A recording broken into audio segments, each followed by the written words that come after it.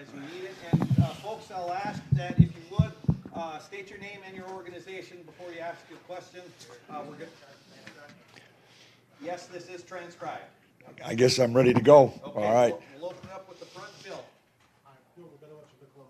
Hi, Bill. Could you just kind of address your decision to leave a place, arch rival, that you've been for so long, and what was it that made you decide to come here? Well, the first thing, you're right. I mean, I'm very fortunate to have had the opportunity to work at two of the greatest programs in the country and in all of college football. And then when you know, luckily you add Notre Dame in there, you know, I kind of say, man, I've had a pretty good run. And the big thing, you know, leaving Michigan was a very tough decision. I spent 13 years there. But I also have spent 19 out of the last 24 years coordinating. And to have the opportunity to be a co-coordinator at a great university like Ohio State was something an opportunity that I really wanted to pursue. And that was the biggest thing. What would your role at Michigan have been if you had stayed? Defensive line coach. And that's what I was for the last 4 years. With Coach Hoke, I was the defensive coordinator, and two or three of the years with Gary Moeller and Lloyd earlier, I was the coordinator. Front row, middle. Dave? Hi, Greg. Dave Biddle from 24/7 Sports. Welcome. I know a lot goes into it when you're running a defense, but if you had to just kind of break down your defensive philosophy in a nutshell, how would you explain your defensive philosophy?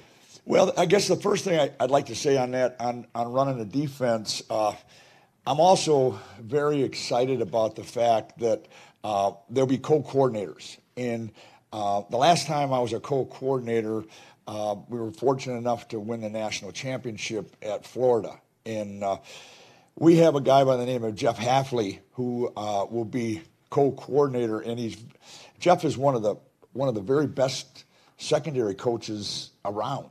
And we've had the opportunity the last 3 weeks to meet, and really not even as much football as we wanted to, right? The last week or so we have. And I've just been so impressed with his knowledge of the back end. So together, the two of us will try to put together what is best for the team. And, you know, as far as what we're going to run, you know, I'm not going to go into that. You know, I know one thing, we're excited about the young men that we're having the opportunity to coach, and we'll go from there. Third row left. Dan? Dan Hope from 11 Warriors. Greg, you being a co-defensive coordinator but not having a specific position group, kind of how do you see yourself splitting time in terms of working with the different position groups? I'm going to be the greatest young assistant coach you've ever seen. I've already said to Larry Johnson, Larry Johnson, you know, we have competed for years. And I look at Larry as being one of the best, if not the best, defensive line coach in the country. Now, you know, I've coached defensive line a long time, and I'm not going to say where I rank. It's not my job to say that. But I did say to him, Larry, when you coach D-line, there's a lot of times on a practice field when there's special teams, and the D-line's not really involved in that a lot. I said, let me be your assistant. Put me wherever you want. I'll coach whatever you want right there, and it'll be two of us doing it. So, you know, I'll be helping out with wherever needed. You know, I'll be with the backers a lot. You know, Al Washington will do a tremendous job with them. But there's two inside backers, and then there's sometimes an outside linebacker, which is a different position, and that's where I can help with that. Front row right. Austin? Hey, Greg. Austin Ward from Lettermen Row. When you say you wanted to come here, and Ryan Day's at the top. How familiar were you with him? What's your relationship like? What's it like now to be working under him? Well, I was fortunate enough at Florida to know Ryan Day. Ryan Day was a great young coach then, and I'll remember him. You know, when you coach, there's guys that you come across that are younger coaches that come in, and you're not with them a long time. He's a guy that right away you knew.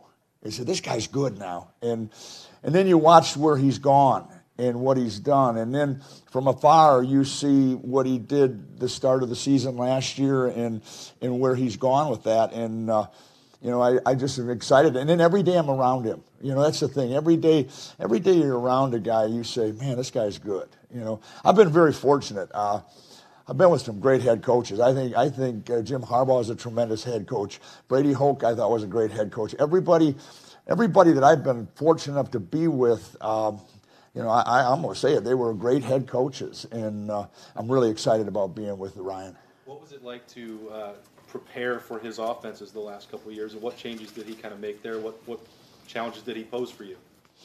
Well, yeah, I'm not going to talk about that much, you know, right now. You know, I'm not talking about that versus that kind of thing. You know, all I'm talking about is, you know, it's really exciting to be here. I'm happy to be here. Fourth row left, Andy? Hi, Andy Anders, Buckeye Grove.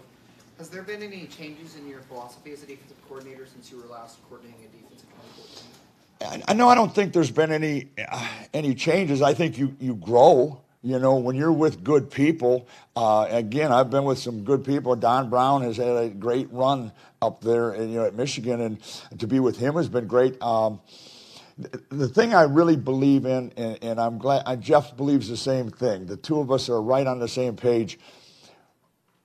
Put the defense, run the defense that goes with your talent. And if you have talent in the back end, make that a big part. If you have talent in the front end, turn them loose. Let them do it. Don't water them down. And, you know, so I think the thing that we're going to do is find out through the spring practice and that where we are that way. And right next door, Colin?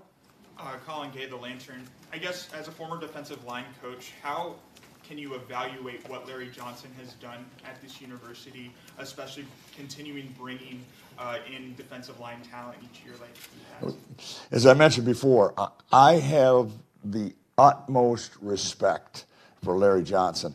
Recruiting against him, whenever you play in a league together, you always get a chance to see the other team's defensive line. And I would always watch their defensive line and watch his coaching. And all you got to do is look what he's done with guys and where they've gone to the next level. And like I said, I have the utmost respect for what he's done. And if anybody that's ever watched, they know this guy's a great D-line coach. And I'm sure you met Zach Harrison when you were recruiting him for Michigan. I'm just wondering your relationship with him, what you've seen out of him, getting him, or even when he made the decision to come to Ohio State. What have you seen out of Zach Harrison through the recruiting process and through his first couple weeks? Zach Harrison is a number one, great character. That's the first thing. Number two, he's an unbelievable athlete.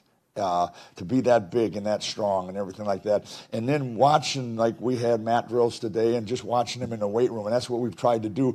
The new coaches that have come in have all tried to be around the players, to get to know them. And, I mean, he's everything you thought when you recruited him, you know, and, I mean, he's a special athlete. Front row left, Doug? Doug Lamarice, Cleveland.com. Greg, what did you think of Ohio State while you were at Michigan?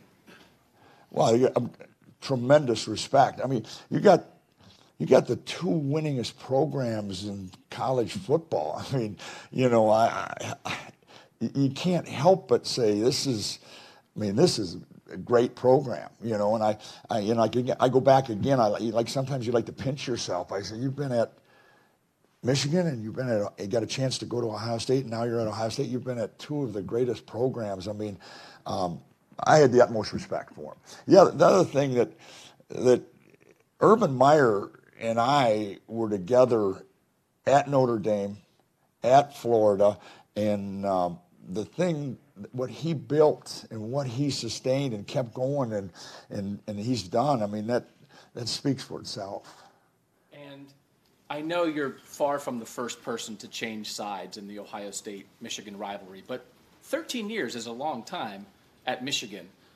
I know this is a business also, but isn't there something to that? Is there anything about this was difficult for you to switch sides in this rivalry, or could possibly be difficult for Ohio State fans to embrace you after 13 years at Michigan? Well, I can't control what the Ohio State fans do. The only thing I'm going to tell you that they will see in watching me coach is they're going to see me give everything I can to this program. They're going to see that I will always try to coach the players the best they can possibly be coached, and how they perceive it and what they do, that's up to them. As far as the rivalry and as far as that, it's always hard when you leave people you've been with for 13 years. When you leave people that any job, the one thing about college football, when you leave one program and go to another, that's one of the hardest things there is, because different college than other things, you're giving everything you have to those players.